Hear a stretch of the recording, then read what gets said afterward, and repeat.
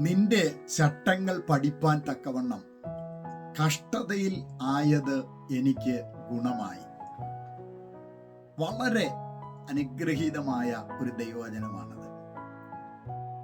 പലപ്പോഴും നമ്മുടെ ജീവിതത്തിന്റെ കഷ്ടതകളെ, നമ്മുടെ ജീവിതത്തിന്റെ പ്രതിസന്ധികളെ നമ്മൾ വില കുറച്ച് കാണുന്നവരാണ്. നമ്മുടെ ജീവിതത്തിൽ ഉണ്ടാകുന്ന പ്രതിസന്ധികൾ, പ്രശ്നങ്ങൾ വിവിധങ്ങളായ മേഖലകളിൽ നമ്മളെ കുറ്റപ്പെടുത്തുന്നവരുണ്ട്. നമ്മുടെ തെറ്റുകൊണ്ടാണ്, നമ്മുടെ പരാജയങ്ങൾ കൊണ്ടാണ് എന്നൊക്കെ പറയുന്ന ആളുകൾ നമുക്ക് ചുറ്റിലുമുണ്ട്. പക്ഷെ ചില കഷ്ടതകൾ അങ്ങനെ സംഭവിക്കുന്ന കഷ്ടതകളല്ല.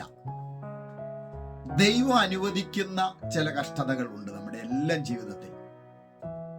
എന്നാൽ അതിന് മറുവശവും ഉണ്ട്.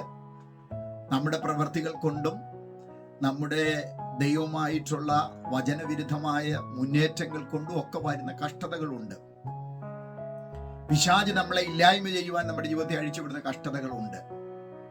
അതിനൊക്കെ വ്യക്തമായ കാരണങ്ങൾ ദൈവവചനത്തിൽ നമുക്ക് കാണാൻ കഴിയും.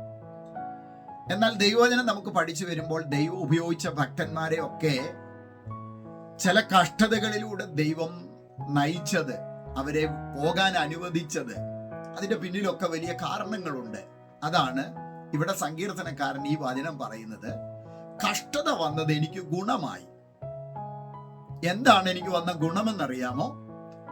സങ്കീർത്തനക്കാരൻ പറയുകയാണ്, അവന്റെ വഴികൾ അല്ലെങ്കിൽ ചട്ടങ്ങൾ, ചട്ടങ്ങളെന്ന് എഴുതിയിരിക്കുന്നു, വഴികളെന്ന് എഴുതിയിരിക്കുന്നു. വഴികൾ പഠിപ്പാൻ എനിക്ക് ഗുണമായി, അല്ലെങ്കിൽ എനിക്ക് അവന്റെ ചട്ടങ്ങൾ അല്ലെങ്കിൽ കൽപ്പനകൾ പഠിപ്പാൻ എനിക്ക് ഗുണമായി. രണ്ട് പദം പറഞ്ഞാലും അതേറെ അനുഗ്രഹമാണ്.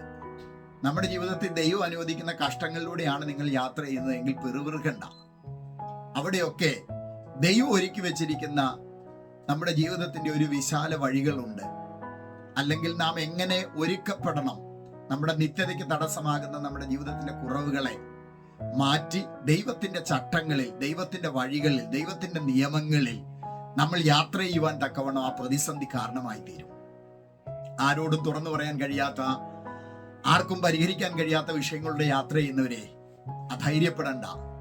അതൊക്കെ ദൈവത്തിന്റെ വഴികളിലേക്ക്, ദൈവത്തിന്റെ ചട്ടങ്ങളിലേക്ക്, ദൈവത്തിന്റെ ഹിതങ്ങളിലേക്ക് നിങ്ങളെ നയിക്കുന്നതാണ്. അധൈര്യപ്പെടാതെ ആ പ്രതിസന്ധികളിൽ സധൈര്യം മുന്നോട്ട് പോകുക. ഉറച്ചു വിശ്വസിക്കാം, ഈ പ്രതിസന്ധികൾ ഒന്നിന്റെയും അവസാനമല്ല, മറിച്ച് ദൈവത്തിന്റെ വഴികൾ എന്നെ പഠിപ്പിച്ച് പുതിയ ദൈവിക പദ്ധതികളിലേക്ക് എന്നെ നയിക്കാൻ അത് കാരണമായി തീരും. അതിനായി ഞാൻ എന്നെ സമർപ്പിക്കുന്നു.